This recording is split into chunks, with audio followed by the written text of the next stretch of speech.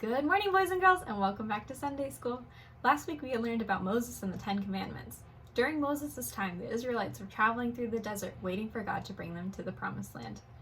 The Promised Land was a place that God had promised to give his people to be their very own. After many years, God led the Israelites to the Promised Land, but something surprising happened. There are already people living there. Let's read and find out what happens. This week's lesson has 3 stories to it. The first one is called 12 Spies. Finally, the Israelites arrived near the Promised Land. God told Moses to send spies there. Moses picked 12 men. He told them, "Find out what the people are like. See if the land is good." The spies returned and said, "The land is beautiful. It is filled with plenty of food, but the people living there are big and strong." Joshua and Caleb said, "Do not worry. God has promised us this land. He will give it to us." The rest of the Israelites did not agree with Joshua and Caleb. Then God said to Moses, "The people do not have faith in me. They cannot enter the land." So for the next 40 years, God's people wandered in the desert. Our second story is called Joshua and the Spies. After Moses died, Joshua became the leader of the Israelites. God led them into the Promised Land. He led them to a city called Jericho. The city was protected by high walls. Still, two spies found a way into the city. They went to Rahab's house. The king of Jericho ordered his soldiers to capture the men. Rahab hid the men on her roof. You see them right there. When the soldiers arrived, she said, "The spies have already gone. If you hurry, you may catch them." So the soldiers ran off to find them. "Thank you for helping us," the spies told her. "When we come back, we promise to save you and your family." Then Rahab helped them escape.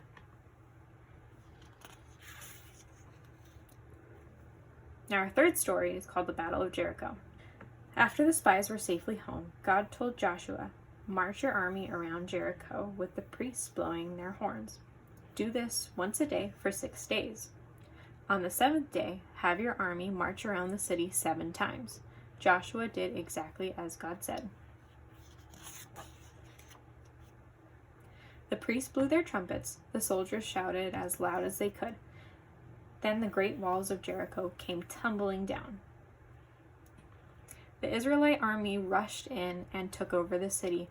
The spies kept their promise to Rahab. Her whole family was saved.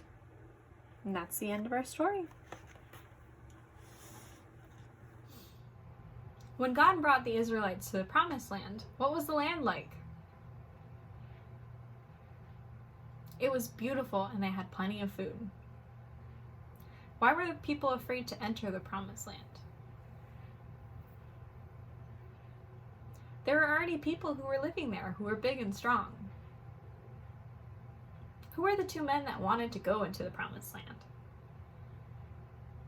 That's right, Joshua and Caleb. What was the name of the woman who had hid the spies? Rahab. How many days did the people march around the walls of Jericho? 7, a whole week. On the 7th day, people marched around the city 7 times. On the 7th time, the priests blew their trumpets and shouted. What happened when they did this? That's right, the city of Jericho came crashing down, and the Israelites took over the city. Did the spies keep their promise to Rahab? Yes, they saved her because she hid the spies and helped the Israelites. That's it for our lesson today. Let's close in prayer. Father God, we praise you because you always keep your promises. Nothing is too hard for you. Help us trust that you will keep your promises. Amen. Bye, boys and girls. I'll see you next week.